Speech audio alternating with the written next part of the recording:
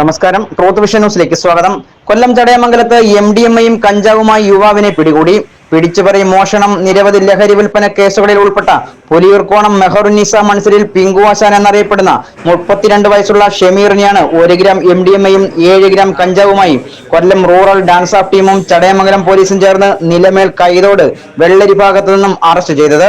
ഇയാൾ ജില്ലയുടെ അതിർത്തി പ്രദേശമായ നിലമേൽ, കടയ്ക്കൽ, ചിതറ മേഖല കേന്ദ്രീകരിച്ച് ലഹരി കച്ചവടം നടത്തിവരുന്നു എന്ന് കൊല്ലം ജില്ലാ പോലീസ് മേധാവി KM സാബു മാത്യു IPS-ന് ലഭിച്ച രഹസ്യ വിവരത്തിന്റെ അടിസ്ഥാനത്തിൽ പ്രതി റൂറൽ ഡാൻസ് ഓഫ് ടീമിന്റെ നിരീക്ഷണത്തിലായിരുന്നു.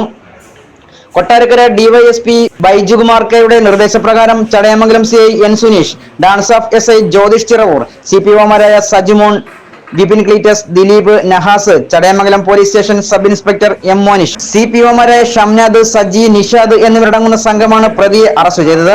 ഇയാൾക്ക് നിലവിൽ 10ഓളം കേസുകളുണ്ട്. കൊട്ടാരക്കര പോലീസ് സ്റ്റേഷനിൽ കഞ്ചാവ് കേസിലെ പ്രതിയും 5ഓളം അടിപിടി, പിടിച്ചുപറി കേസുകളിലെ പ്രതിയും ചടയമംഗലം പോലീസ് സ്റ്റേഷനിലെ മുൻപ് MDMA കേസിലെ പ്രതിയുമാണ് ഇയാൾ. മെഡിക്കൽ പരിശോധനകൾക്ക് ശേഷം കോടതിയിൽ ഹാജരാക്കിയ പ്രതിയെ കോടതി റിമാൻഡ് ചെയ്തു. Truth vision news, Chadayamangalam.